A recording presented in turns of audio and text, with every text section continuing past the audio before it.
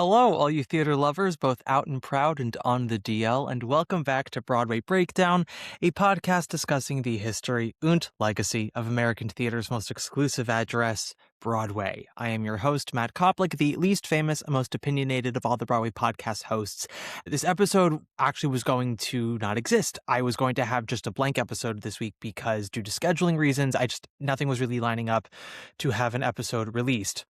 We have two more deep dives that we are doing, and scheduling wise, it just hasn't really synced up yet for us to release the episodes. And then we were doing a conversation with a listener of the podcast who also happens to work in the industry to talk about this past season and what we can learn from it, and looking at next season and what we can sort of expect. And that episode is still happening, but again, due to scheduling reasons, we couldn't get it done in time for this week. So I was like, you know what, we'll just let this one slide. And then there was an article that came out in the New York Times in the last 24 hours that I thought was interesting and I wanted to address because it actually kind of it includes a whole bunch of Broadway news, and we haven't really done an episode about Broadway grosses in a while, so I thought that we could sort of include that in this subject matter, which is to say that Michael Paulson of the New York Times had an article come out, and it is called "What Happened to Broadway's New Musicals This Year They Vanished," and it's highlighting how Hollywood actors in big plays and investors who are nervous and landlords who are kind of being keeping things close to the vest have created a shortened pipeline of new musicals on Broadway. Now, first things first, if you know Michael Paulson, if you know his work in the New York Times, you know that he isn't necessarily lying. He's also not necessarily a sensationalist, but he is very much a Debbie Downer. And that's not to say that he's someone who provides facts that you don't want to hear. It's that he provides facts and his interpretation is always a bit doom and gloom. And there are things that he doesn't really consider in this article that I would like us to consider as we sort of scan through it and talk about next season. So at the top of the article, right at the start, he says how coming out of the pandemic, we had a whole bunch of new musicals for every season. There were 14 new musicals in the 2024 to 2025 season. That was the Maybe Happy Ending, Death Becomes Her season. And then there were 15 the year before that. That was the Illinois, Outsiders, Suff's year. And he says now almost all of them were flops. The industry took note because this past season we only had 6 new musicals, 2 of which were Beaches and Queen of Versailles, and they were notorious disasters. And then the other 4, he hasn't really discussed much about them, but mostly is just saying, the trends are not looking good. And he says that this is most likely going to continue because as of right now, we only have 2 new musicals that have been announced for Broadway that are going to premiere before the end of 2026. One is Wanted, which had an out-of-town tryout at Paper Mill 2 years ago. And then the other one is Galileo, which has been sort of kicking around most recently at Berkeley Rep. And that one is going into the Schubert, Wanted going into the James Earl Jones. And he's also saying that it doesn't necessarily have to be this way because there are musicals that are wanting to come to Broadway, but there are many things that are keeping them from doing so. So, right off the top, yes, we did have 14 new musicals last season. We had 15 the year before that. That is not normal. That is not how Broadway has been even before the pandemic. If you look at seasons prior to 2020, we average about 10 new musicals a season, which is, a healthy number, but that is not 15. In 2019, we had 11. Also, some of these are technicalities because I was going through Wikipedia trying to, discern how many new musicals there were every season. And Wikipedia would include things like, All About Me, the Dame Edna concert, one-woman show sort of thing.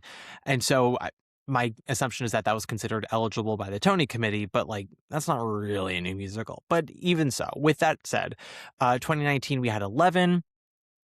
We had 7 in 2018, just 7. So that's only 1 more than this past year. 2017 was the most we've had in about 30 years. 2017, the most new musicals we've had in a single year in 30 years, which was 13. Not 30 years because we had post-pandemic shows, but you know what I mean. From 1996 to 2019, 2017 had the most new musicals with 13. 2016 had 11, then back to 10, 12 in 2014, and then prior to 2014, we're flop-flopping from 8 to 10 to 11, from 2002 to 2004. It was from 2001 to 2004. We had 7 new musicals every year.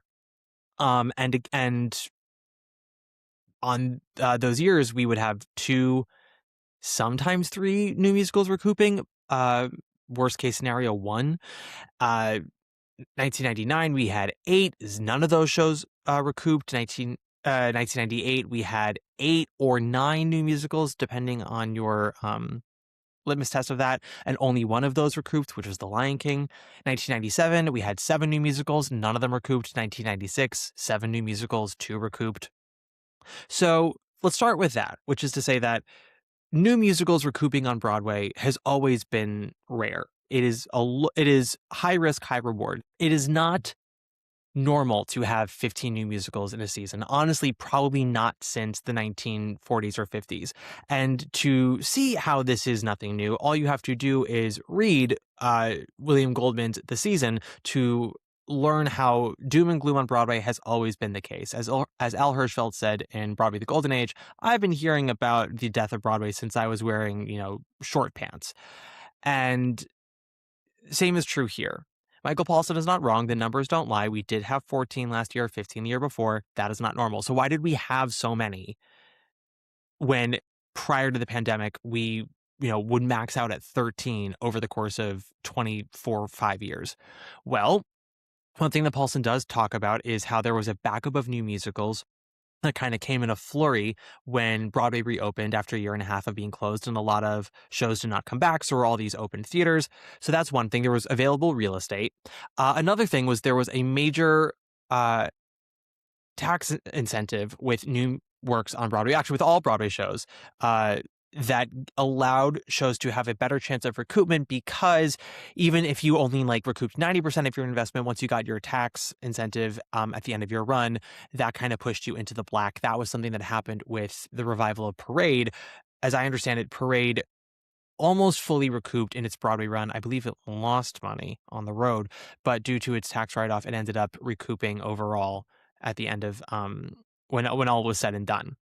So there was a lot of incentive to bring shows to Broadway. There was money there, and then there was also money to be gained from the tax write-off. So that was one thing. So a lot of shows came to Broadway because the money was there, the theater was ready, and that's that. Why did a lot of these shows flop? Well, first things first, we had 15 shows in a season. That is an insane amount of supply and not that much demand. Not when we were still having issues with tourism. People were afraid to fly. People were afraid to come to New York.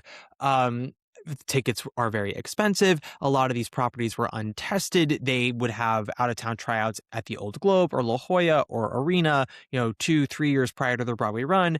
And a lot of the momentum had died. So a lot of people had forgotten what was special about them or what was worth investigating about them. Shows like Harmony, which had a very well-sold run and got a very strong review in the New York Times, waited about a year and a half till it came to Broadway. And by that point, any buzz that it had had from the Yiddish theater kind of died. I mean, I also don't think Harmony was terribly good, but that's my own opinion. But that kind of leans into another thing, which is a lot of these shows came to Broadway whether they were ready or not. It was just that the money was there. The theater was available. And if you look at a lot of these shows in the last season or the season before or the season before that, look at the critical reception that they got and the audience reception that they got. Yes, all of these shows, every single one of these shows has their fans, but there is still a narrative that persists that many of these shows just were not fully cooked yet, or they were a bad idea. Sometimes shows are a bad idea. A show like Heart of Rock and Roll, fun as it was, really needed a second look to get really streamlined and be the tightest version of itself. When it came to Broadway, it was sort of like a third draft of a show that needed a fourth draft. Something like Boop comes to Broadway, and it has an out-of-town tryout, but if you read the reviews from out of town, all the critics say, while this is very fun, and Jasmine Amy Rogers is a star, this book needs a giant facelift, and gave bullet points of all the things that needed to get changed. And Boop, I think, adhered to 20% of those changes. So when it didn't do well on Broadway, people can be upset, but you cannot be surprised. We've had Broadway musicals recoup that have opened post-COVID. We've had jukebox musicals like And Juliet and MJ. As I said, Kimberly Akimbo, and I believe Some Like It Hot also recouped on the road. Shucked did very well on the road and recouped. I believe Suffs recouped on the road. The Outsiders has actually recouped on Broadway during its Broadway run. It is possible. People have been able to do it. And to say nothing of, very expensive revivals like Sweeney Todd and Merrily We Roll Along that have recouped. Into the Woods, not expensive, but recouped. Just investing on Broadway in general has always been a gamble. It's a bigger gamble now because there's more money at stake and things are more expensive to keep running. But ultimately, when you have a surplus of shows waiting in the wings, and then all of a sudden there's an opportunity, rather than stop and think, are we ready to go? And you just sort of go, there is a butterfly effect to that.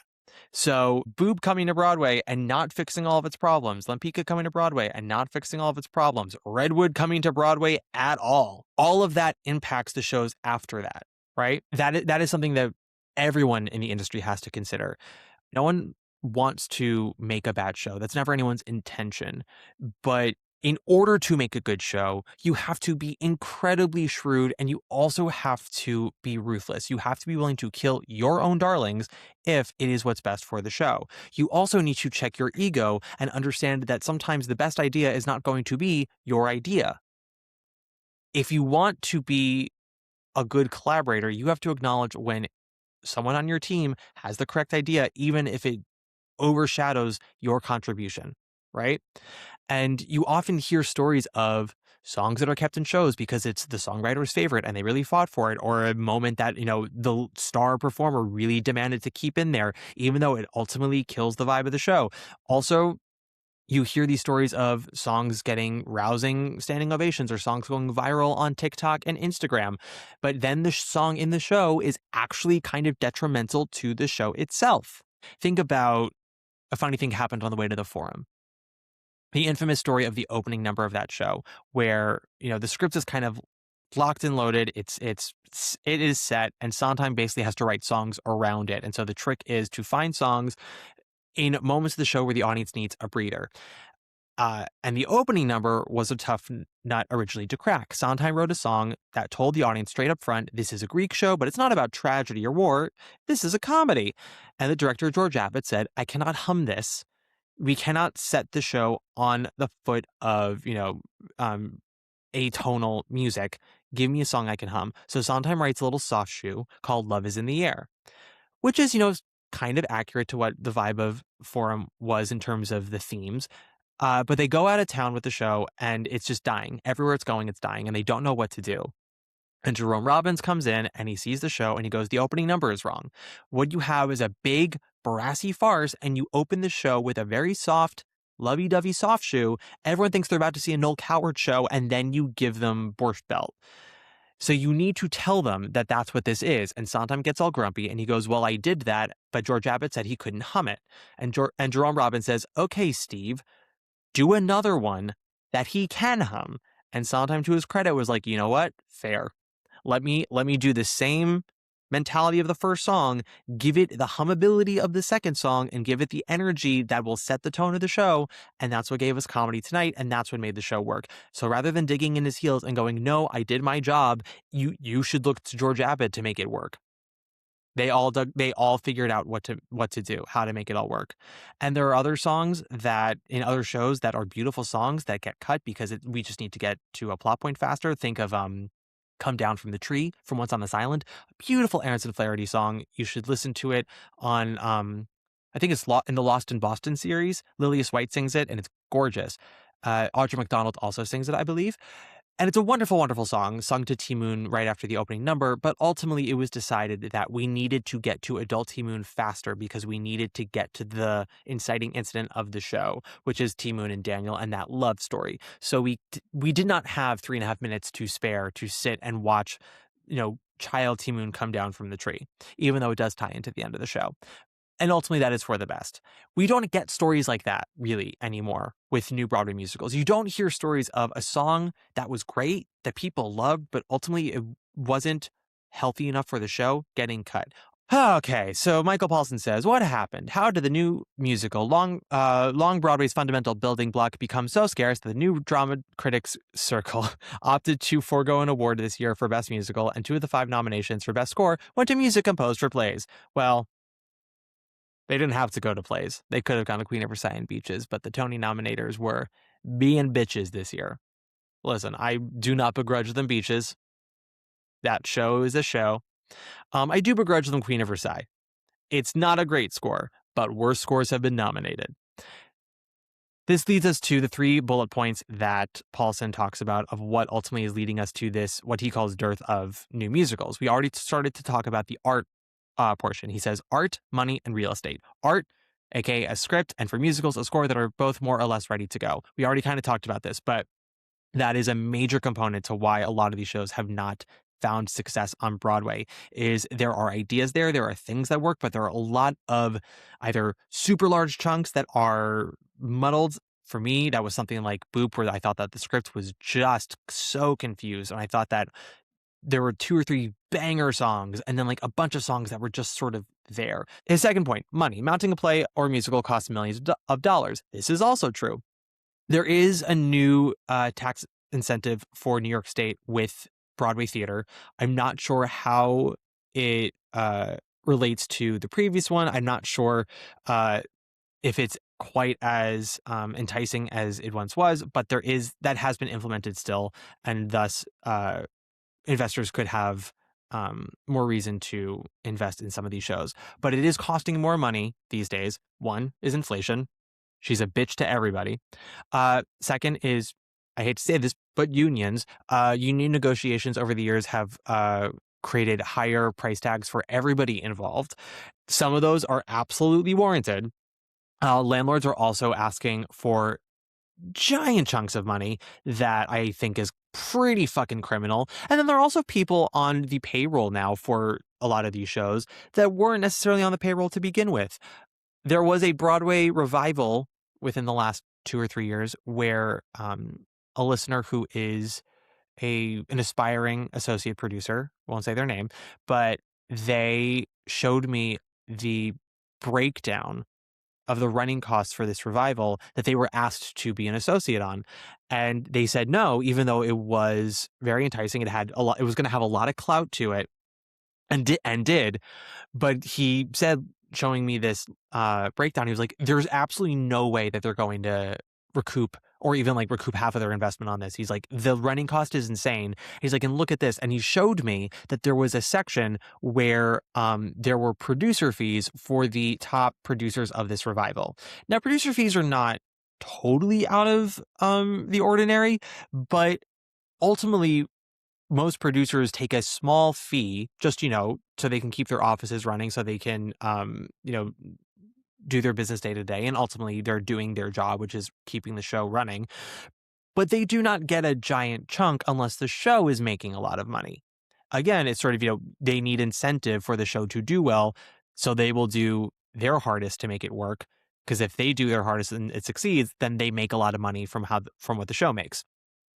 But you see more of these fees getting into the 5-digit quadrant, which when these salaries pile up, that's adding another like $100K to a lot of these shows' running costs. There are some musical revivals in the last like 2 or 3 years that could have run for like $150K less, but I digress. And then the third point that Paulson says is real estate. Broadway has 41 theaters operated by a small coterie of landlords. They are indeed one of the bigger villains of Broadway right now, I will say. And new musicals must compete with starry play productions as well as revivals to land a home. There was a time when theater owners actually would invest in these shows that ran in their theaters. If you read Gerald Schoenfeld's book, I think it's called Mr. Broadway, he talks about that the Schuberts, when he and Bernie Jacobs took over the Schuberts, again, to kind of give them an incentive to try to select shows that they thought were interesting and worthwhile, that could possibly be successful, and to really do their best to make the shows work, they would invest Schubert money into these shows. Now, the uptick of that is they would invest in things like a chorus line and Les Mis and Cats and Phantom, and that would pay for years for them. They also would invest money in shows like Chess, which did not work out, or Big Deal, which also didn't work out. But it was their prerogative then to make these shows have the best chance of success as they could. So when the show didn't work, they couldn't blame anyone but everyone in the room with them, right? Themselves, their collaborators. It was like, it didn't work. What can we learn so we can make the next one work, right? It's very rare when a show works, when it's like really just fan-fucking-tastic, where every element is right, and it still flops. It happens. It's rarer than you would think. Even the shows that I love, that I think are fantastic and did not work, that did not land with audiences, I can understand why. I think Carolina Change is one of the greatest musicals of the 21st century, and that original production was fucking poetry. I fully understand why it did not land with people. It is a tough cookie to, munch on. It is music that is not for everybody, and it is a leading character who is a tough sit. And it's racial politics that do not make liberal white audiences comfortable, because it does not what's the word I'm looking for? It does not placate to what they want to hear, right? I don't mean to bring up ragtime too much, but like, I say this all the time. That's one of the things that ragtime kind of has going for it for a lot of musical theater loving liberal audiences, is that the racial politics, traumatic as they are for its Black characters, really kind of incentivizes white audiences and galvanizes them and makes them feel like that they are doing something important by being there, that they're learning something by being there. And they're really not. It's nothing that you didn't already know. Carolina Change is a show with its racial politics that actually does kind of challenge what you think you know, or what you might know. Same thing with plays like, Fat Ham, and while I don't think it's a very good play, Slave Play, I think does challenge our norms like that. But this is to say, I'm sorry, I went off a whole tangent. Tangents. You see these theater owners, you see that now very few of them are actually investing money into any of these shows, if at all. The rent that they are charging for so many of these shows is astronomical. Friend of the pod, Lucas McMahon, who's a producer on Six and has been a producer on Mrs. Doubtfire and Oh Mary, he was on the podcast many, many years ago, back in like the 1.0 version. And he talked about how theater rental fees are the number one cost for any Broadway show. It's the biggest financial burden of any show's budget. And it always will be.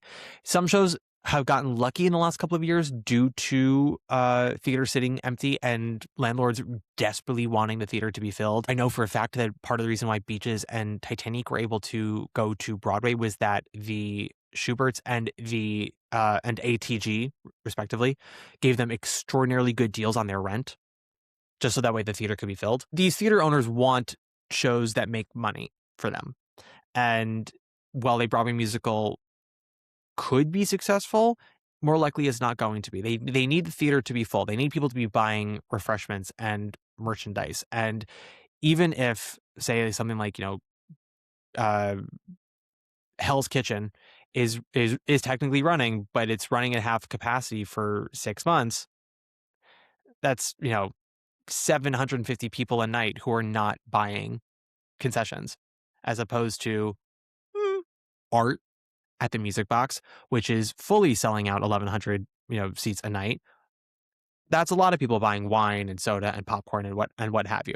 So yeah, there's definitely a lot of gatekeeping going on there, and I think many of these landlords need to have their feet held to the coals so they can feel a little more pressure about all of this. The rest of the article goes on to talk about a lot of the expenses. As I mentioned, there's inflation, there is union pricing, there is also a lot of issues with our current administration and trading goods, tariffs, if you will, that has definitely sped up the inflation with the whole country, but Broadway especially. The other thing is that because the price is so high on a lot of these shows, the price tag on tickets is also incredibly high. It's been high for a very long time, and it just keeps getting higher. And the price of tickets are not matching where people are at financially. And so people are less likely to take a risk on a new musical if it got mediocre reviews or it has tepid word of mouth. People always say, oh, don't listen to critics. They don't matter. The New York Times doesn't have the clout that people think it does. And that's true. It's like the New York Times itself cannot kill a show. Reviewers alone cannot kill a show. But think of it like Grubhub or Yelp.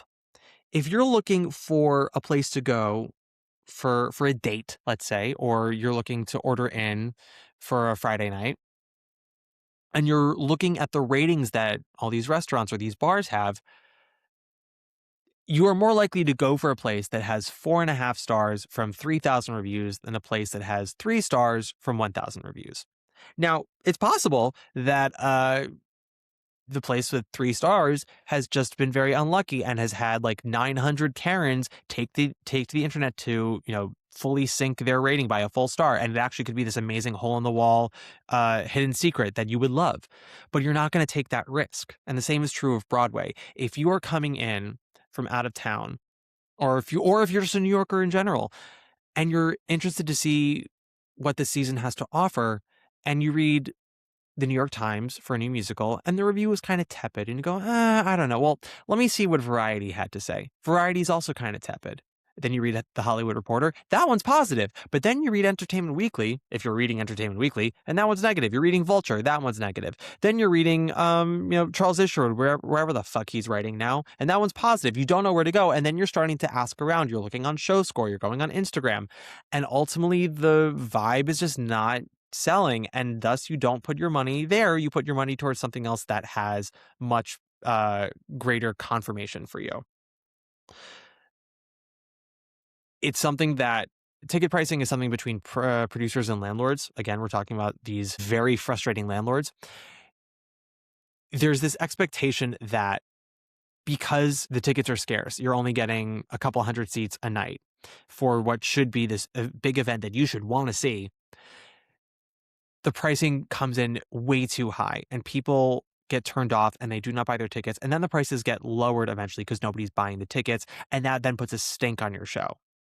Rather than starting at a reasonable place where people will be willing to shell out, say, $75 for, a real orchestra seat to see something they've never seen before, take a chance on it. Then if they love it, they'll tell people. They might even go again if the tickets are still reasonable. And that's something to think about. But that's not something that a lot of Broadway is doing. You're slowly starting to see it. For example, Paulson talks about Wanted and Galileo. And Wanted announced their Broadway run rather early, a few months ago. And so they have a very long trailway before their Broadway opening. And they are being very smart by offering very reasonably priced tickets early in the run, in previews and right after opening.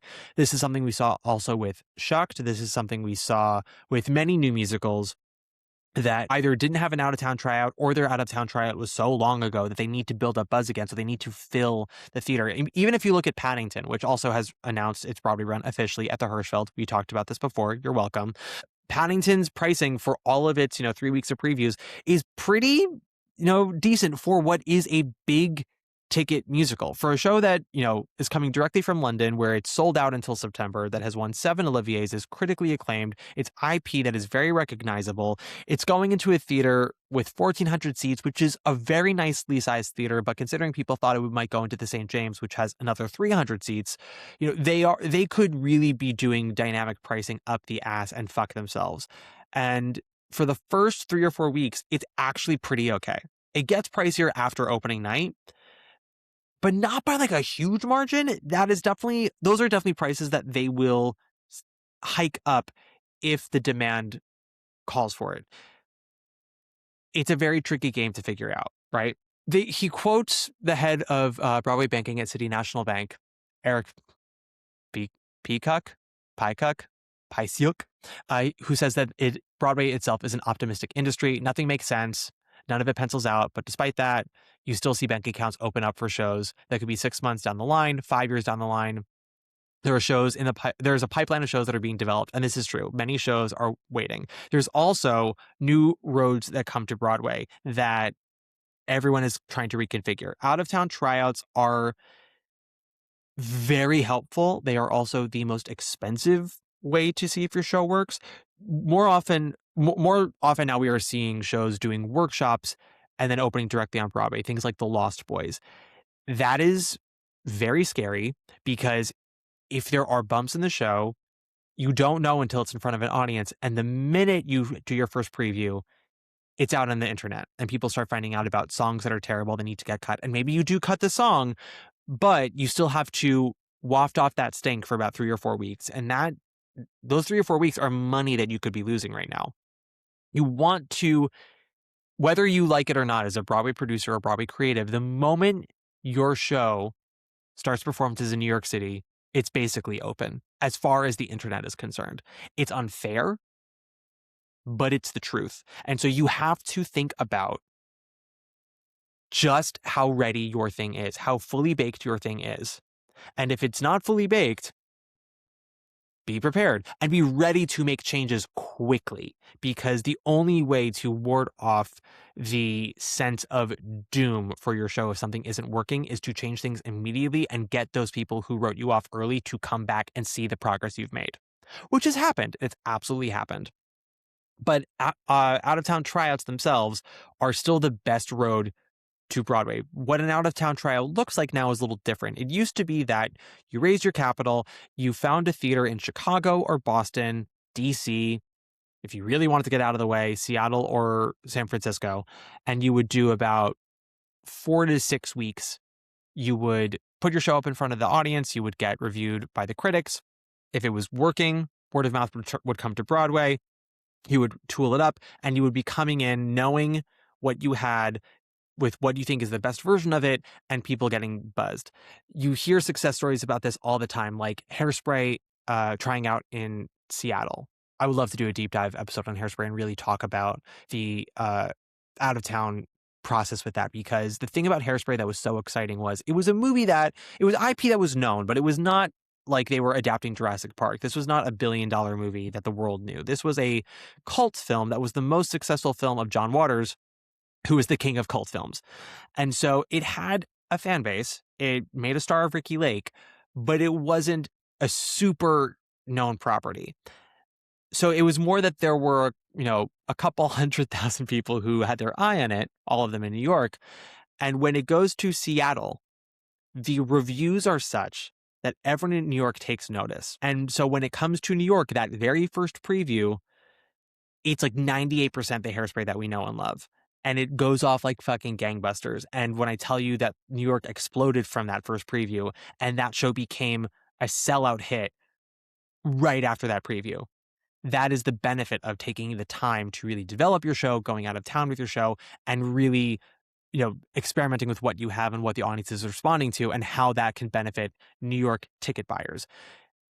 As I said, that is expensive. So now out-of-town tryouts are more looking like going to a regional house like La Jolla, Old Globe, the ART in Massachusetts, and offsetting some of your costs with the regional theater. You're not officially an out-of-town tryout, you are a regional premiere. But if all things go well, you can invite commercial producers to the production, see what you got, explain how much money you need to go to Broadway and what that money will be going for, or going to, and do your best to get that thing straight to Broadway as fast as possible. The hardship of that is, by being a regional premiere, you do not already have a theater locked and loaded in New York. Sometimes there's like back end deals where you can where producers kind of figure that out up front. But a lot of times you see, and we're seeing this right now, these shows that do well regionally and then try to raise their funds to go to Broadway, but they don't have that Broadway theater locked in yet. So it actually ends up being 2, 3, sometimes 4 years before it finally comes to Broadway, where as opposed to something like a Hairspray, or producers, or more recently, God bless them, but like a Queen of Versailles, or last year Death Becomes Her, they did their out-of-town tryout with a theater in mind already. So they didn't have that much long to wait between out-of-town tryout and Broadway. They could come in ready to go. Well, Queen of Versailles did a year, but that year wasn't because theaters weren't available. That was for other reasons. But Death Becomes Her came to Broadway pretty shortly after its out-of-town tryout. So that's the upside and the downside of doing a regional premiere as opposed to a legitimate out-of-town tryout. The other thing that shows will do when it's not an out-of-town tryout, when it's not a regional premiere, when it's not a workshop, is they will do off-Broadway, which is something that Paulson also sort of talks about. This season we have The Heart, which is going off-Broadway at the Roundabout. It also had a regional production, I think, at La Jolla. And then we also have The Curious Case of Benjamin Button, which I saw in London and reviewed in a past London episode if you want to hear about that, which is having its off-Broadway premiere at the Public. I actually think that's a very good idea for both of these shows because, and he talks about it in this article, that these are musicals that have a lot of credibility to them. They got good reviews, strong audience responses, but ultimately they are still not fully sellable to investors for a Broadway run. They need one last step of convincing. And The Heart and Benjamin Button are shows that are small enough that they can get done off Broadway at the Public or Roundabout. And it's not quite the financial burden for these nonprofit companies and their off Broadway houses. I think, according to Paulson, The Heart has commercial producers attached, same producers who were attached to Come From Away. So my assumption is that those producers are talking to landlords and saying, this is what we're looking for. If the show works, we want to go directly to Broadway that season. We do not want to wait. Because if you wait, then you end up being a dead outlaw where you have a full year where you lose all of your buzz, right? Same thing with Benjamin Button. I would imagine that the producers that are attached to that show are making it known to investors and landlords that this is a show that works. It's been proven to work in London. They are trying it here in a lower stakes environment just to really kind of guarantee what they got. And if that check clears, they plan to go. That happens more often now. Not every show makes that work for them. For every Kimberly Akimbo or Days of Wine and Roses or pre-pandemic, we have Band's Visit or Spring Awakening or Grey Gardens right now. And Paulson credits this in the article as when he's talking to Tom Crudahey. You have The Bedwetter, which premiered at the Atlantic Theater in New York and then went to the Arena in Washington, D.C. and is looking for a Broadway theater. Crudahey talks about how their problem isn't that the show wasn't ready. They felt that the show was good at the Atlantic. They worked on it at Arena to make it even better. It has been well received. It has sold well. It is based off of a Sarah Silverman property, or at least I think Sarah Silverman's life. And so there is celebrity attachment to it, which helps it with visibility. They are being very particular about what theater they want to go into. They're most likely looking for a mid-sized theater. Same thing for the Midnight in the Garden of Good and Evil, Jason Robert Brown musical that was at the Goodman in Chicago. Midnight in the Garden of Good and Evil has been looking for a theater, quote unquote, for a while now. I think there are other things that are keeping them from coming to Broadway, which is, as Paulson says, skittish investors and landlords. I'm not entirely sure that Midnight in the Garden of Good and Evil has a flurry of investors who are ready to put all their money into it. Nor do I think that the landlords of Broadway looked at the reception that Midnight in the Garden of Good and Evil got in Chicago and said, absolutely, come to Broadway. My assumption is that they're getting the feedback of, have you been working on it? But have you really been working on it? And more importantly, how's the budget looking? All of these shows, you have to ask yourself, what is the budget? What is the capitalization? A lot of these budgets seem higher than they probably are because workshops and developmental readings all get rolled into capitalization for a Broadway show. You saw this happen with Natasha Pierre and the Great Comet of 1812. Part of their price tag came from the ART production, and I think even the off-Broadway Casino production. So while they only returned like 30% of their investment, it could have been 50 if they hadn't rolled in the price tag from off-Broadway and Boston. You also have shows that had regional premieres in Old Globe, like Regency Girls, which had a very strong reception and has a commercial producer, Rodman Goodman, attached. Goodman explains in Paulson's article that their problem is just raising money. Now, from what I understand about Regency Girls, which they describe as Bridesmaids meets Bridgerton, I understand that Regency Girls is very good. It is subject matter that is very particular. In fact, I would say it's sort of like Bridesmaids meets Bridgerton meets Suffs if Suffs were willing to go harder, because it's a comedy, but it's a comedy about birth control. As from what I understand, I think is an amazing concept. Gonna be hard to sell that to a lot of people. And they're kind of sticking to their guns of not having a major name attached. They have been flirting with the idea of getting some like big names into Regency Girls. Ultimately, I don't think they can really find anybody with true name recognition who's right for any of the roles. So now they're trying to look at like big Broadway names, but big Broadway names don't really sell. they will sell with tried and true properties. Like Kelly O'Hara in a revival of, like, I don't know, if we were to do Music Man again, I know it's soon, but like, let's say she were to do Music Man again, that would sell more than Kelly O'Hara in Days of Wine and Roses.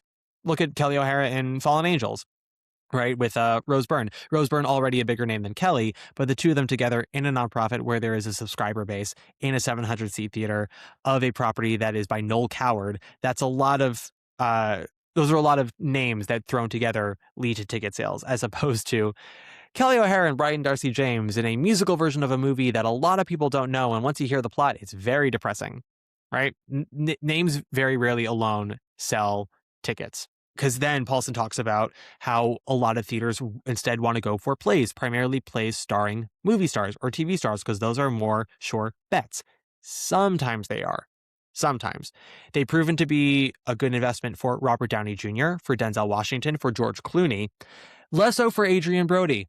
Less so for John Bernthal. Dog Day Afternoon is a property that a lot of people know. Those two men are very well known for their TV work, a little bit for their film work.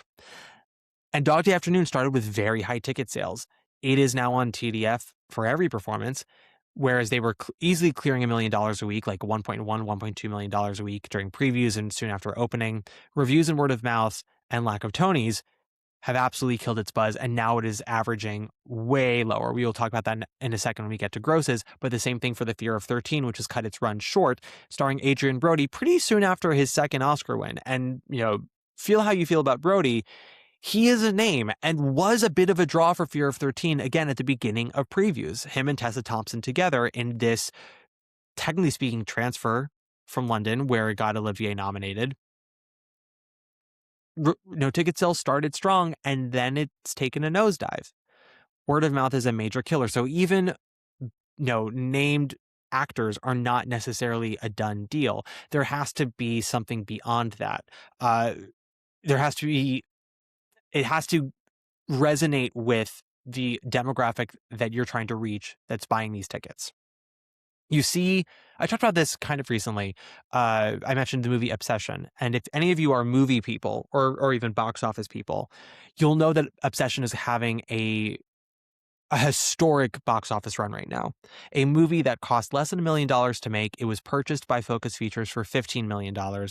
It opens at 17 about 6 weeks ago. And in the last 6.5 weeks, the movie has now grossed $220 million. That is more than 12 times its opening weekend. 12-time multiplier of its opening weekend kind of legs. That is unheard of in the 21st century. We haven't seen a run like this in literal decades. And in fact, Obsession famously made more money on its second weekend than its first weekend, and then made more money on its third weekend than its second weekend. And that has only happened in the last 40 years to movies that have opened at Christmas time. Anything else does not do that. The last movie to do what Obsession did that wasn't a holiday movie was E.T. in 1982. So why is it that Obsession is doing so well?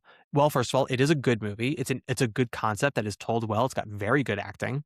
Excellent acting if you're Indy Neveretti.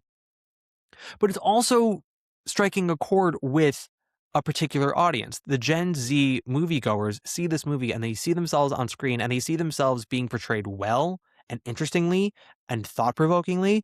And it's a movie that is touching on a feeling that a lot of people have or a lot of people don't understand.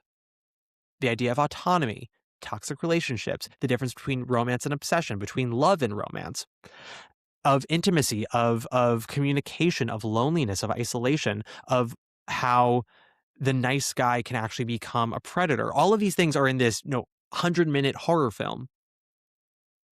And I question to you, what's the last Broadway musical you can think of that was able to touch on something, a nerve like that, in a way that became a conversation? Let's exclude nationally, because obviously Broadway is exclusive. You can only see a Broadway show on Broadway.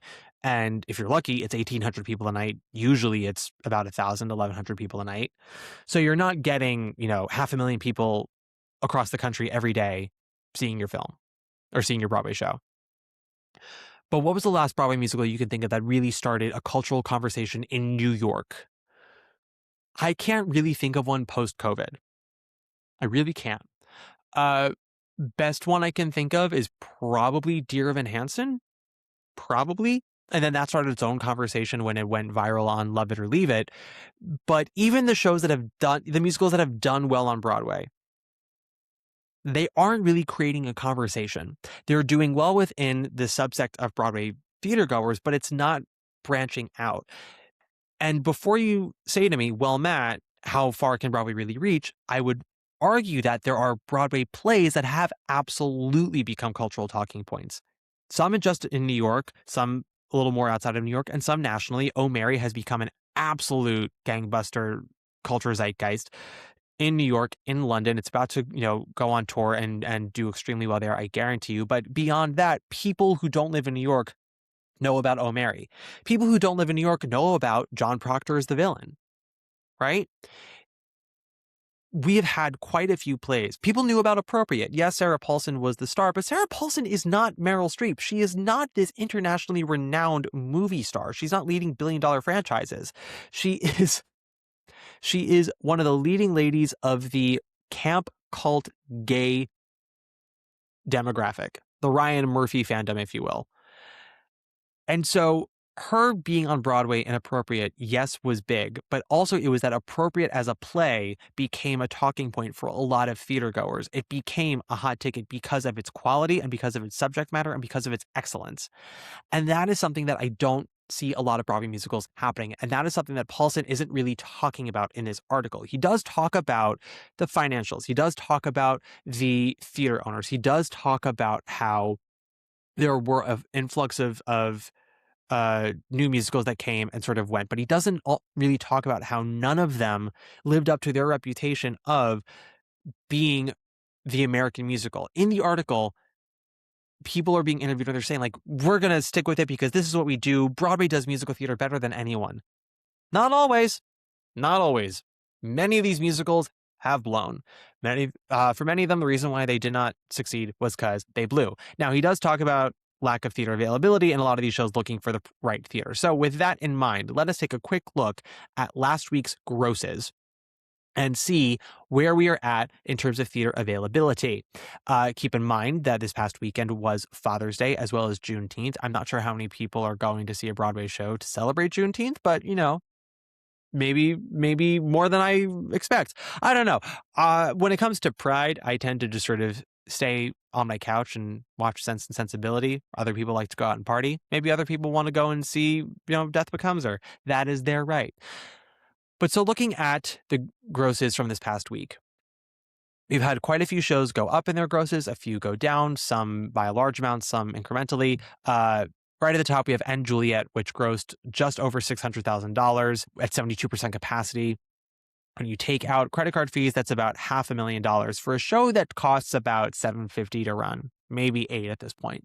Now, Chrissy Metz is in the show. I believe this gross reflects her first weekend in the show, so we'll see if she sells plenty of tickets during her run. However, I have been seeing & Juliet on TDF quite a lot still, and while she's in the show, so I can't imagine that's going to help much. But also, I'll be honest, & Juliet's kind of been on life support for about a year now. And if they aren't calling it quits by the end of the summer, I don't know when they are. But the Sondheim is, a medium-sized theater. It's a little over 1,000 seats. It is kind of in a shitty location, and it's not a great-looking theater. But if the show is a hit, it can feel quite intimate, right? Like, seeing Anything Goes in that theater was very electric. Seeing Bye Bye Birdie in that theater felt deadly. Aladdin, we can skip past. That's not going anywhere until Disney wants to put something in the New Amsterdam. Besides, it did gross $1.1 million this past week. Buena Vista Social Club went up. It grossed over $700,000. Buena Vista Social Club has continuously filled the theater, not always to huge profits, but it has tended to fill the theater above 80 or 85% capacity every week, sometimes 95 to 100% capacity. And they've had more money-making weeks than money-losing weeks. So I think Buena Vista Social Club is probably safe until the end of the year, at the very least. Cats the Jellicle Ball is currently only selling tickets to the end of the year at the Broadhurst, and I think that is where they're going to keep it, because while they did do well at the Tonys, they won 3, they did not win the big one, which was Revival, and even though I thought they had the best performance of the night, and they've definitely gone viral on the internet with their Tony performance, and they just did Skimbleshanks on Jimmy Fallon. It's not really translating to ticket sales. They have maintained over $900,000 a week, sometimes a little over $1 million a week, but it's not quite breaking the box office like it should. So I would imagine, depending on how the rest of the summer goes, they will keep it to January. They might close it up earlier than that, but I would imagine they'd like to take advantage of the holidays. Especially, I imagine Halloween is going to be insane for that show. Celebrity autobiography, Sayonara, closing out the Schubert, leaving us room for Galileo. Chess just closed at the Imperial, went out on a high, 1.7 million. Not their highest gross, but not their lowest either. Chess started out strong, like most revivals tend to do. Part of it is the name recognition. A lot of people love Chess. A lot of people were curious to see how this revival was going to go. Leah Michele sells tickets. Love her or hate her, she sells those tickets. Aaron Tveit, love him or hate him, he also has a fan base. Clearly not as big as Michelle's, but he does sell tickets. And Nick Christopher, after the show, has gotten a very sizable fan base, and I'll be interested to see what he does next. Ultimately, the reviews for Chess were middling at best. They had a couple of strong reviews. Sarah Holdren at Vulture fully claims that the show is camp in the best way. I would love to sit down with her and ask her what she thinks camp is. But also, word of mouth on the show was very divisive. There were people who insisted that it was a phenomenal time. Some of people like me disagreed. That did ultimately hurt Chess. It also doesn't help that Chess was running for so long. But you see this happen with a lot of revivals. They start to lose steam after the 3-month mark, sometimes after the 2-month mark. And Chess was losing steam once we hit 2026. And it was very easy to get tickets, even when Leah was in the show, whether it was TKTS or TDF. Chicago, at the Ambassador, currently welcomed Mateo Lane and Krista Rodriguez. It grossed $470,000 this week, up from $438,000. That is not money making for Chicago, but they also did make extraordinary bank when Whitney Levitt was in the show, and I would imagine they're looking for ways to get her back into the show so they can make that money again. Chicago, whoever knows when that thing's going to actually close. And of all of the mid-sized theaters, the Ambassador is the one that nobody really wants. It's got terrible wing space. It's in desperate need of a renovation. It's a weird staging layout. I'd imagine that the Schuberts are trying to hold off on a renovation on that theater for as long as possible. So Chicago is not going anywhere anytime soon. Death Becomes Her is closing this month at the L'Enfantine. It has gone up. It went up over $123,000. It still hasn't quite cracked $900K, which I'm hoping it does this upcoming week. The show is closing this coming Sunday. And it'll be making way for Warriors next spring, which will most likely leave the L'Enfantine empty until Warriors comes in, unless somebody does a residency there or someone does a one-person show, much like how Billy Crystal is doing another one-man show at the Imperial after Chess closes. I would imagine that there's going to be another show going in after Billy Crystal. Death of a Salesman is rocking it at the Winter Garden, $1.9 million, full standing O. That's got to be a record for a straight play. No, that can't. No, what am I saying? That's not a record for a straight play at the Winter Garden, because George Clooney was just there last year. How quickly we forget about Good Night and Good Luck. How quickly I forget about Good Night and Good Luck, or at least how quickly I want to forget about Good Night and Good Luck. Winter Garden is spoken for another year, because once Death of a Salesman closes, Much Ado About Nothing is going in there, followed by Evita, starring Rachel Zegler. The August Wilson is Dog Day Afternoon. Went up. It went up by $31,000. It grossed a full $585K at 75% capacity. That is not a terrible gross for a straight play in general, but at the August Wilson, where they have about 1,100 seats and where they have 2 TV stars, and the show was grossing over $1 million early in the run, as I said, word of mouth has fully killed that thing. But we do have paranormal activity going into the August Wilson this summer. They just moved up their opening date. Word on the street is that the Dolly Parton musical will be going in after that, but TBD. I believe paranormal activity closes at the end of 2026, leaving the theater open in the spring. We'll see if Dolly comes in the spring or if they want to keep working on it. But that theater will be open in the spring of 2027. The Hudson, Every Brilliant Thing, that theater is spoken for after Every Brilliant Thing closes, when we get Other Desert Cities with Julia Louis-Dreyfus, Ed Harris, and Allison Janney. But in the meanwhile, Every Brilliant Thing continues to just absolutely print money, not to the extent of when Daniel Radcliffe was in the show, but Mariska Hargitay is holding her own with almost $1.2 million. Can't fucking complain about that. Giant recouped one of the few shows this season that announced recoupment at the Music Box. Almost $1.5 million, almost a complete sellout this week. Music Box is spoken for with Rosamund Pike's one-woman show coming right after, and in the spring it'll be empty and ready for something to come in there. I imagine it'll be a play, but who knows? If the Hart or Benjamin Button is looking for a theater in the spring, Music Box is open for them. I think the Walter Kerr is safe for a while. Hadestown continues to chug along. There was a time when we thought it was kind of ready to call it quits, but they pulled through and they've managed to have some pretty awesome casting coups. And they've kept audiences and fans excited and engaged by having some really fun replacements. So that is something that Hadestown always has going for it. Hamilton, what can I say? 2.2 mil, 100% capacity, not going anywhere. Harry Potter and the Cursed Child, 1.5 mil. As long as Tom Felton is in that show, it will be selling tickets. So Tom Felton, how long do you want to stay in it?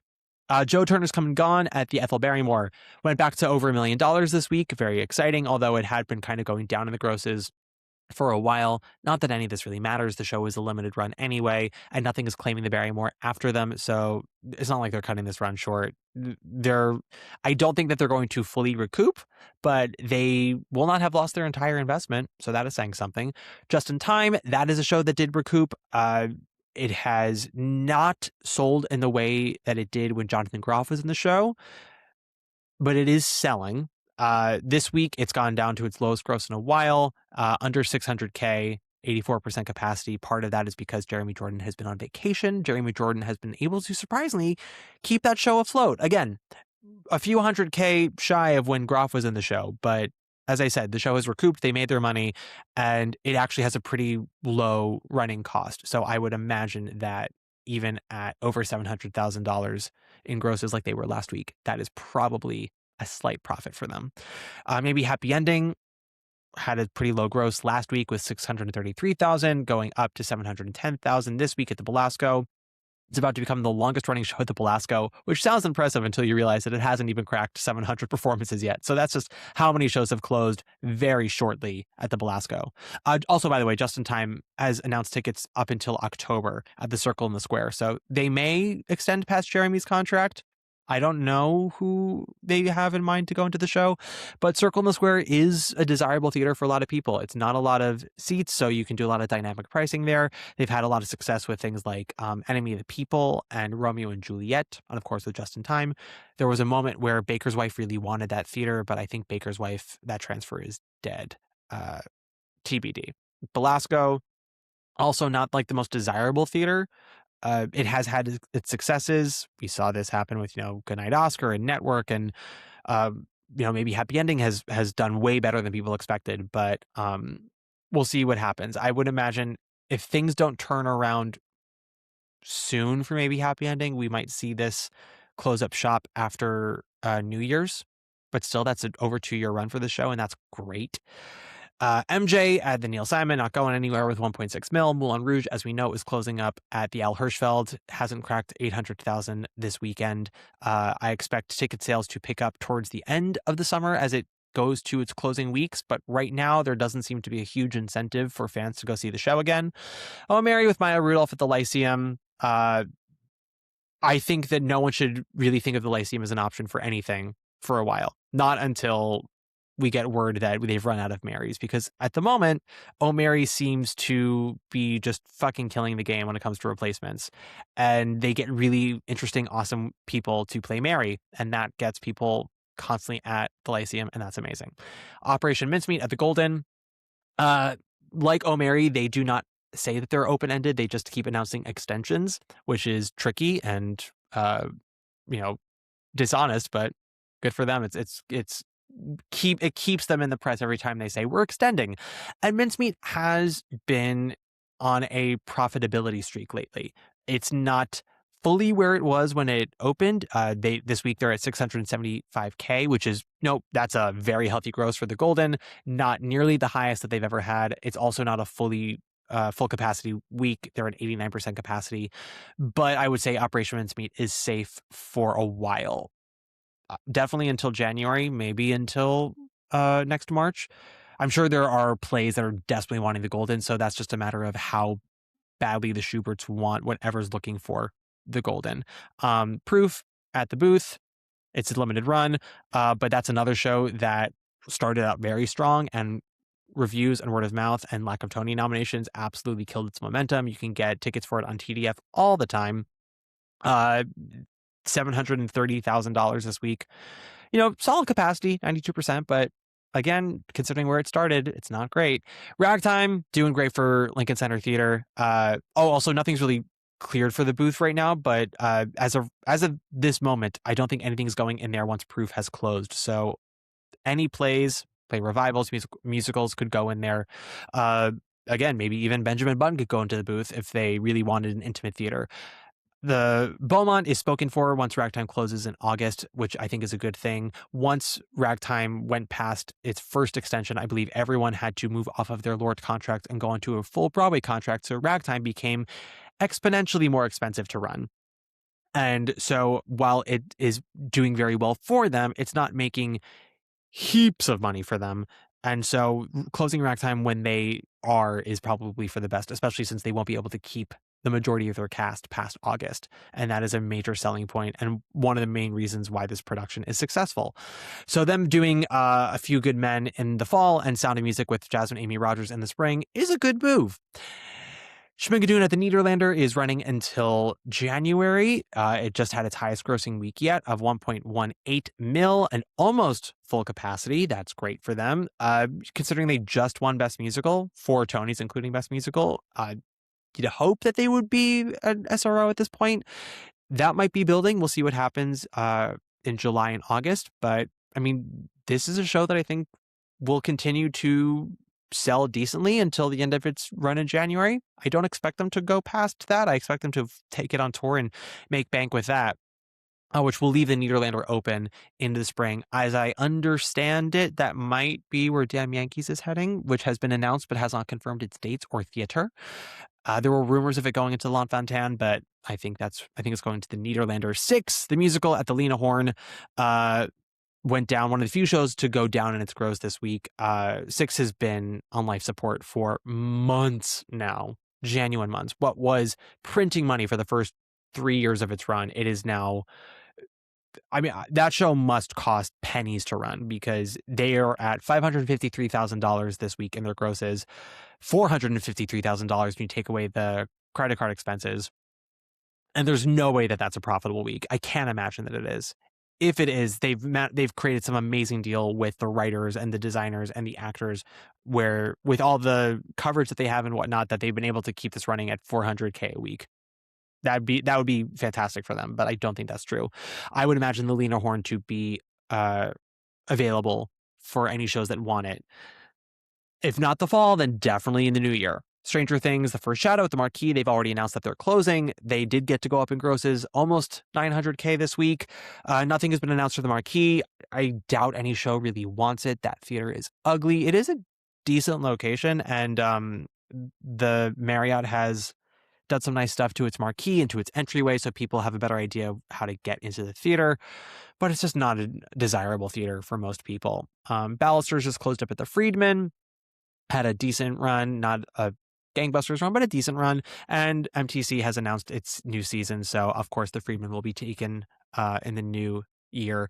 Book of Mormon at the Eugene O'Neill went down by over $1.3 million, but that isn't cause to ring the alarms. That was a very special 15th anniversary thing that they were doing, Mormon Mystery Week, where they had a bunch of original cast members plus Trey Parker, Matt Stone, and Robert Lopez come into the show at any given point and do random pieces from the show alongside the current cast of Book of Mormon.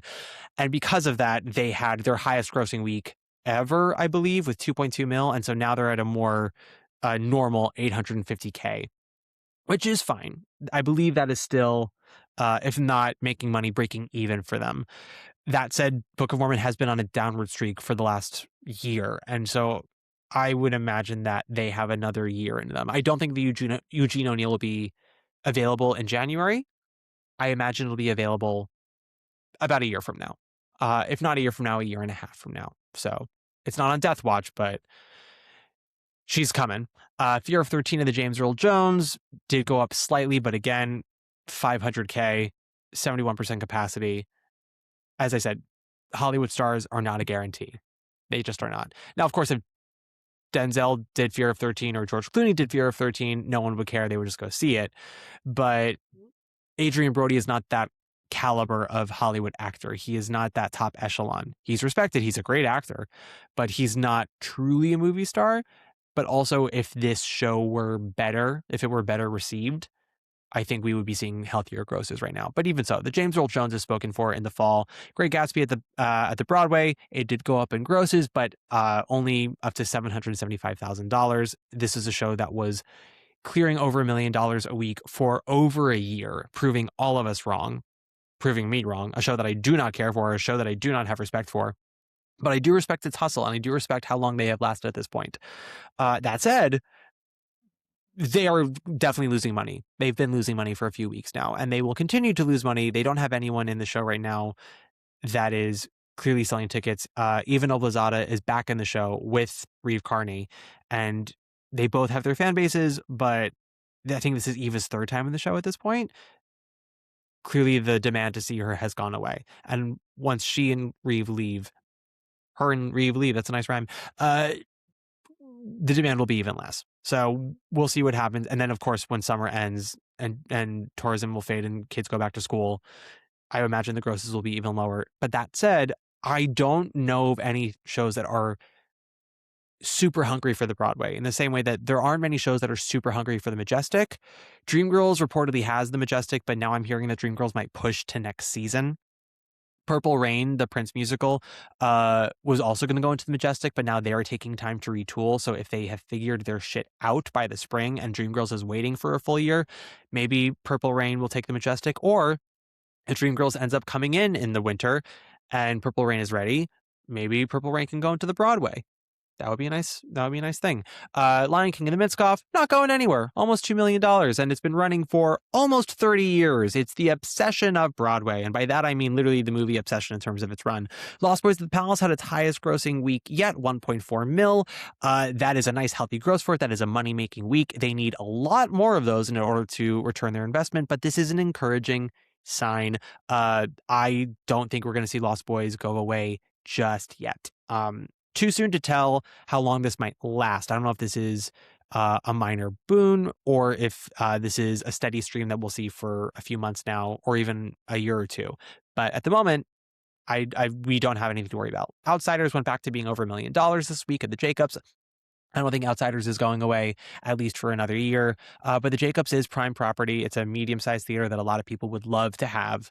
But in the meanwhile, I think Outsiders is safe. Rocky Horror Show at Studio 54. Roundabout has not announced any shows for Studio 54, I'm pretty sure. Once Rocky Horror closes, I believe they want to do some renovations on the theater. But Rocky Horror is making the money, 1.1 mil this past week, and I don't think that's slowing down anytime soon. They have a lot of cast members leaving in July, so as I understand it, they have some really fun people coming in. They already have Sherry Renee Scott, so they got my money. So we'll see. The word I hear is that Rocky Horror is unofficially going to run for a year, dependent on ticket sales with new cast members. Titanic at the St. James, it's a limited run till September. We'll see if it lasts that long, because at the moment, while it did go up, it only went up to $763,000. Word on the street is that there's a revival of 42nd Street being produced by our beloved Scott Rudin that wants the St. James in the spring. And if that's the case, then ATG has no reason to kick Titanic out before their due date. Two Strangers Carry a Cake Across New York did go up at the Long Acre, $20,000 to $670,000 gross. That is, technically speaking, treading water for them. Again, you want to take away about $100,000 for all of these grosses with credit card fees when you want to look at actual profitability. And Two Strangers, I do know, has a very tight budget. They have kept a tight leash on that show to maintain, make sure that it maintains. And this is not really a money-making week, but this is not a money-losing week. So again, we'll see what happens for the rest of the summer. I'm going to argue that this will close up after Labor Day, most likely. Again, the Long Acre is a theater that I think a lot of shows will want. I think you'll see something like The Heart or maybe even Midnight in the Garden of Good and Evil. There's talk in the Michael Paulson article of Goddess wanting a Broadway theater, but of course everybody wants a Broadway theater. Goddess did not have a good reception at the public. I do not expect it to go to Broadway immediately. I don't think that there's a lot of trust in that show right now. But maybe they've done another workshop and figured their shit out. And then Wicked at the Gershwin. Nobody wants the Gershwin. It's the biggest theater on Broadway. It's such a barn. It's ugly.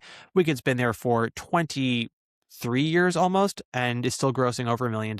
It costs $1 million a week to run. It's also made billions of dollars, and the movies have kept it relevant. So I think Wicked is safe for another couple of years. So that said, I think we can look at options for anything that's looking for a theater next season. We can look at the Jacobs. We can look at the Marquee. We can look at the Lena Horne. We can look at the Nederlander, the Booth. I think the Golden is an option, but I'm not going to say it's a strong option. Belasco, Circle in the Square, Ethel Barrymore is fully open, we know. Music Box, we know, is open. Wilson, we know, is open. Imperial, we know, is open. And I think we can, honestly, I hate to say this, but I think we can look at the Broadhurst and the Stephen Sondheim as well for next spring for options for shows. So let's think about that in terms of what might be vying for a theater. We know that Damn Yankees is coming in. There are a couple of other revivals that have been circling. There's been talk again of how Next to Normal is actually happening, but it might not be happening with Casey Levy, which would be a damn shame because she was so phenomenal in it. But more on that in our deep dive for Next to Normal. And yeah, think about that. Think about all these things about what makes Broadway musicals successful, what makes them maintain, what makes them come to Broadway, what makes them click with audiences, with critics, what makes them profitable in the end. Do not let Michael Paulson's article fool you. 15 new musicals a season is not the norm. We should be looking for 8 to 10 a year. And at the moment, we've got 4 new musicals confirmed. We have Wanted, Galileo, Paddington, and Warriors. They have announced, they have their theaters, tickets are on sale. And that's just, we're still in June as I'm recording this. So that there's more to come.